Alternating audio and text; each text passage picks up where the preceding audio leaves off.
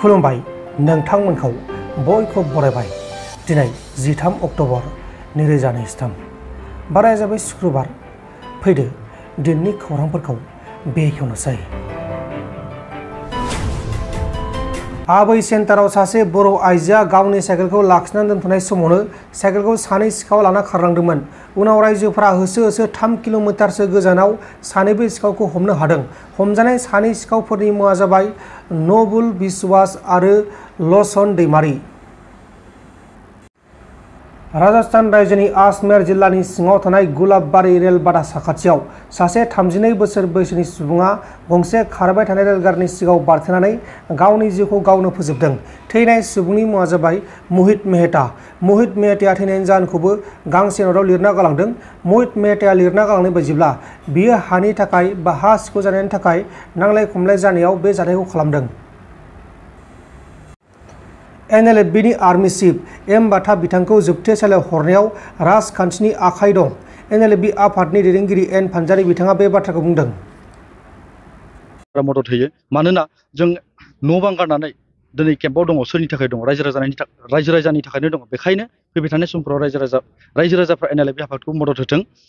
आरो जोंनि गिबिसिन डिमान्डआनो बा दाबियानो जाहैबाय जेलावहाय थानाय गायसनगिरि आफादगिरि बिथां NDFBनि गायसनगिरि आफादगिरि बिथां रन्जन दैमारि सार बिथांजों लोगोसे जेलावहाय थानाय लिडार आरो केडार्सफोरा गिबिसिनथाराव गग्रोनो नांगौ।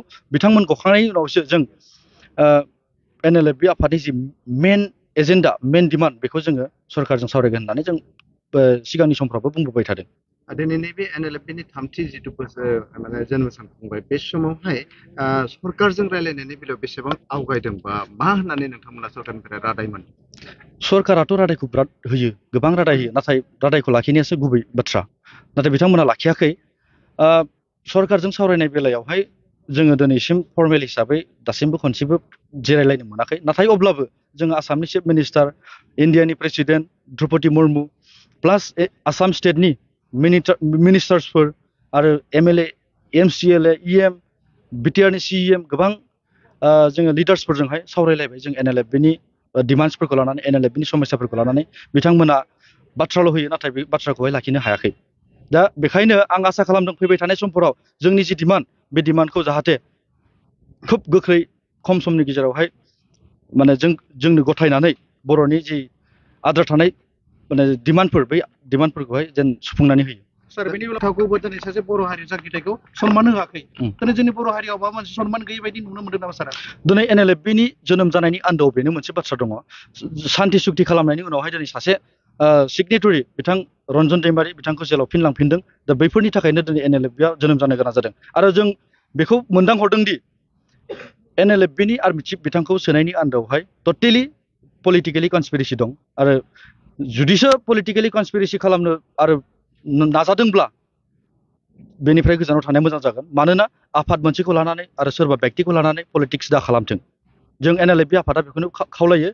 सोरबा आफादखौ लानानै आरो सोरबा व्यक्तिखौ लानानै पलिटिक्स दा खालामथों। पलिटिक्स खालामदों, पलिटिक्सनि जायगायाव खालाम, नाथाय हारि आरो आफादखौ लानानै पलिटिक्सखौ दा खालामथों। नोंथांमोननि जिथुनाखि बेबायदि सावरायनाय बेलायावहाय सरकारा जुदि एसेबो खोमा होआबा, जुदि खोनासङाब्ला बेनि उननि समाव मा फैबाय थानाय समफोराव जुदि सरकारा जोंनि जि डिमान्डफोर बे डिमान्डफोरखौ जोंनो होफुङाब्ला जोङो जोंनि जि दावहा बे दावहाखौ जों कन्टिनिउ लांबाय थागोन। बियो दावहाया गोबां रोखोमनि दावहा थायो, जों बेखौ दायो बुंथ'ला। नाथाय जोंनि दावहाया कन्टिनिउ जाबाय थागोन जेब्लासिम बर'नि समस्या जोबा आरो जेब्लासिम NLFB आफादनि डिमान्डखौ जोङो मोनफुङा अब्लासिम जोंनि दावहाया जाबाय थागोन। नोंथांमोन दिननि खौरांफोरा बेखिनिल'मोन। बेखिनिसिम नायनायनि थाखाय नोंथांमोननिसिम रोजा रोजा साबायखर। गोजोन्थों। एसेनोसै। जय बर' हारिनि।